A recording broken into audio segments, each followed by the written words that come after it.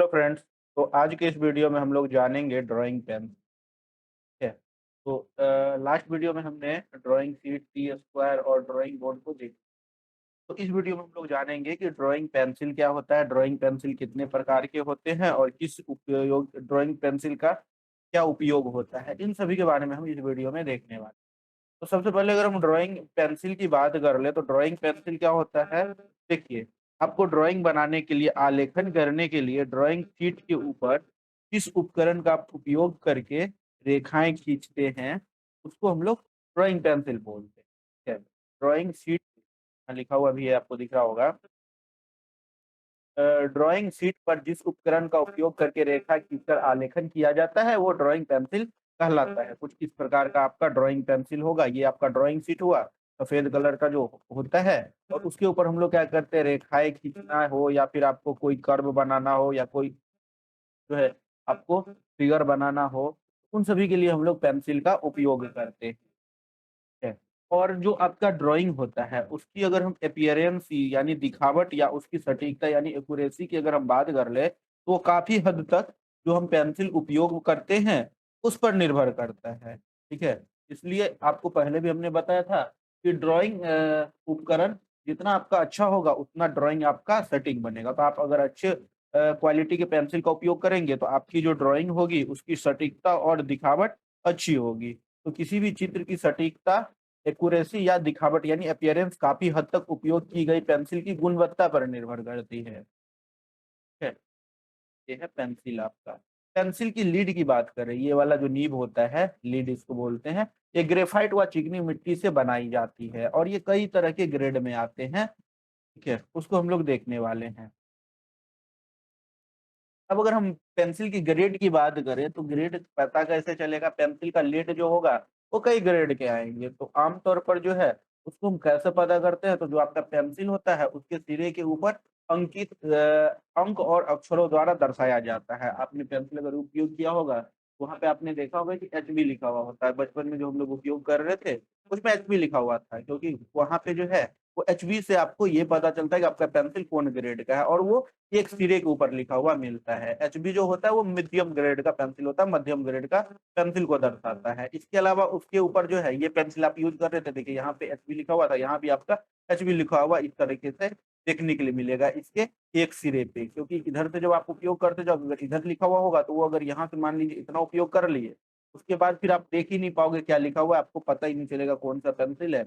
एकदम यहाँ पे रखते हैं कि यहाँ तक जो है इसको जो है आप शार्प करते जाओगे, यहाँ तक आने के बाद आपका पेंसिल फिर यूजलेस हो जाएगा। आप इसको पकड़ नहीं पाओगे तो फिर इससे आप लिख नहीं पाओगे या आप जो है इससे लाइन खींच नहीं पाओगे। इसलिए सबसे लास्ट में दर्शाया हुआ होता है। ठीक है, कठोरता अगर हार्डनेस की बात करें तो हार्डनेस में जो वृद्धि होता है उसको हम लोग दिखाते हैं एच के सामने रखे गए अंक से। तो अगर आपका जो है हार्डनेस को बताना है तो यहाँ पे हम एच लिखते हैं और एच से पहले कुछ अंक लिखते हैं, 1 2 3 4 इस तरह से।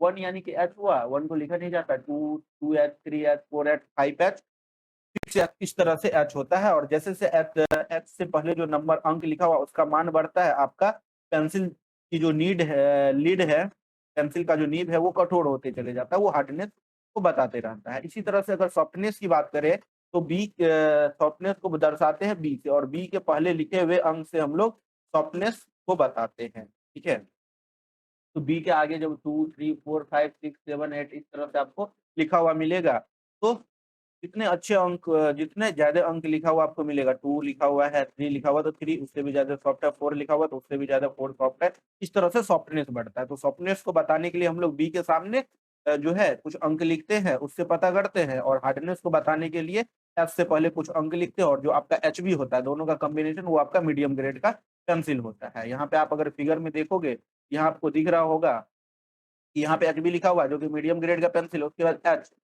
H 2 H 3 H 4 H 5 H 6 H। तो जैसे से एच के सामने वाला अंक बढ़ रहा है, आपका जो पेंसिल का हार्डनेस है वो भी बढ़ते जा रहा है। तो जैसे हम एच से 2H पे आएंगे तो ज्यादा हार्ड होगा, 2H से ज्यादा हार्ड 3H, 3H से ज्यादा हार्ड 4H, 4H से ज्यादा हार्ड 5H, इसी तरह 5H से ज्यादा हार्ड 6H। उसी तरह अगर हम बी ग्रेड में जाए, मतलब सॉफ्टनेस की बात करें, तो बी, बी के आगे जो अंक लिखा होगा देखिए यहाँ पे दिख रहा होगा, 2B 3B 4B 5B 6B 7B 8B। तो इस तरह से बी से पहले जो अंक लिखा हुआ है उससे आपका पेंसिल सॉफ्ट होते चले जाता है। जैसे-जैसे आपका अंक बढ़ेगा, आपका पेंसिल सॉफ्ट होते चले जाएगा। तो इस पेंसिल का उपयोग करके जो हम लिखावट जैसा आपका अपीयरेंस होता है लिखावट का, वो यहाँ पे आपको दिख रहा होगा सामने। इधर भी आपको फिगर में दिख रहा होगा कि जैसे-जैसे बी बढ़ रहा है, आपका डार्कनेस बढ़ रहा है, ठीक है? एच का वैल्यू जैसे-जैसे बढ़ रहा है, आपका डार्कनेस कम होते जा रहा है, ये सब चीज़ें होती है। अगर हम अंक अक्षरांकन यानी कि लेटरिंग और अगर हम आयाम निर्धारण यानी डायमेंशनिंग की बात करें तो इनके लिए जो है एच और एचबी पेंसिल का उपयोग करते हैं। कोई भी चीज़ मान लीजिए अल्फ़ाबेट कुछ लिखना है आपको, तो उसके लिए हम लोग एच पेंसिल का यूज़ करते हैं और मान लीजिए कि आपको डायमेंशन यानी आयाम बनाना है बताना है, तो डायमेंशन बनाने के लिए हम लोग जो है एचबी पेंसिल का उपयोग करते हैं। इन दोनों के लिए हम लोग एच और एचबी पेंसिल का उपयोग करते हैं। हाँ, लिखने के लिए और डायमेंशन के लिए एच और एसवी पेंसिल का हम लोग उपयोग करते हैं। पेंसिल का चुनाव ग्रेड के आधार पे किया जाता है कि कौन-सा पेंसिल है, किस ग्रेड का पेंसिल है। उसके बाद अगर हम बात कर लें तो ड्राइंग की शुरुआत हम लोग एच और 2एच पेंसिल से बहुत हल्के ढंग से प्रयोग करके करनी चाहिए क्योंकि इससे क्या होगा जो लेखा होगा वो धुंधली होगी और अनावश्यक या अतिरिक्त रेखाएँ जो होगी उसको हम आसानी से मिटा सकते हैं। इसलिए हमको जो है जब भी शुरुआत करेंगे ड्राइंग बनाने का, जब भी ड्राइंग बनाने का हम लोग शुरुआत करेंगे तो हमें ध्यान ये रखना है कि शुरुआत करते टाइम में जो है आपको एच और 2एच पेंसिल का उपयोग कर लेना है। ताकि आपकी रेखाएँ धुंधली हो और अनावश्यक और अतिरिक्त रेखाओं को आप आसानी से शार्पनर का यूज़ करके उसको मिटा सको। के लिए हम लोग इसका उपयोग करते हैं। आगे अगर हम बात कर ले तो समान मोटाई की गहरी रेखाएँ हाई ग्रेड पेंसिल से अधिक आसानी से खींची जा सकती है। आपको समान मोटाई की गहरी रेखाएँ खींचनी हो तो उसके लिए हम लोग कौन-सा पेंसिल का उपयोग करेंगे? हाई ग्रेड पेंसिल का उपयोग करेंगे। उससे आप आसानी से कर सकते हो। अगर संरचनात्मक रेखा यानी कंस्ट्रक्शन लाइन बनाने के लिए बनाना हो, उसके लिए आप 2H और 3H ग्रेड के पेंसिल का उपयोग कर सकते हो। कंस्ट्रक्शन लाइन के लिए 2H या फिर आप 3H इस ग्रेड के पेंसिल का आप उपयोग कर सकते हो, ठीक है? ग्रेड के पेंसिल का उपयोग किया जाता है।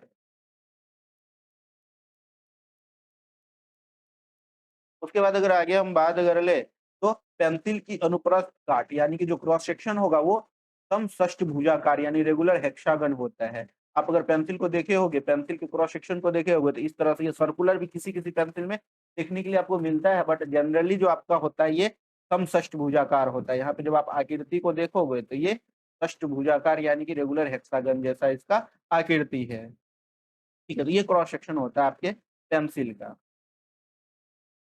उसके बाद मुक्त हाथ हस्तरेखा चित्र यानी कि फ्री हैंड स्केच जहाँ पे कि जहाँ कॉपी मिटाने की आवश्यकता होती है, वहाँ पे हम लोग एचबी जैसे सॉफ्ट ग्रेड पेंसिल का उपयोग करते हैं फ्री हैंड स्केच के लिए। उसके बाद पेंसिल की लीड 2 अलग तरह से आप तेज कर सकते हो, ठीक है? एक आपका जो होगा वो होगा शंक्वाकार नोक यानी कोनिकल पॉइंट। जो आप लोग जो है, जो आपको कटर या जो शार्पनर मिलता है, उससे जो आप बनाते हो वो आपका कोनिकल पॉइंट का मिलेगा इस तरीके से। ये जो पेंसिल का आप नीब देख रहे हो, नोक देख रहे हो, लीड देख रहे हो, ये आपका शंकु के आकार का है, शंकु आकार है, ठीक है। पेंसिल को इस तरह से तेज शार्प रेखाएँ कितना तेज रेखाएँ रेखा चित्र उसके बाद अक्षरांकन यानी कोई नंबर लिखने कोई आप जो है अल्फ़ाबेट लिखने के लिए या अंकन यानी कोई नंबरिंग करने के लिए या कोई भी कर्व को बनाने के लिए किया जाता है। तो आम तौर पे जो बचपन से आप यूज़ कर रहे हो लिखने के लिए पेंसिल या फिर जो है आप रेखा खींचने के लिए या कुछ नंबर लिखने के लिए कोई लाइन जो है कोई अंक लिखने के लिए तो इस तरह से आप शार्प करते थे, ठीक है?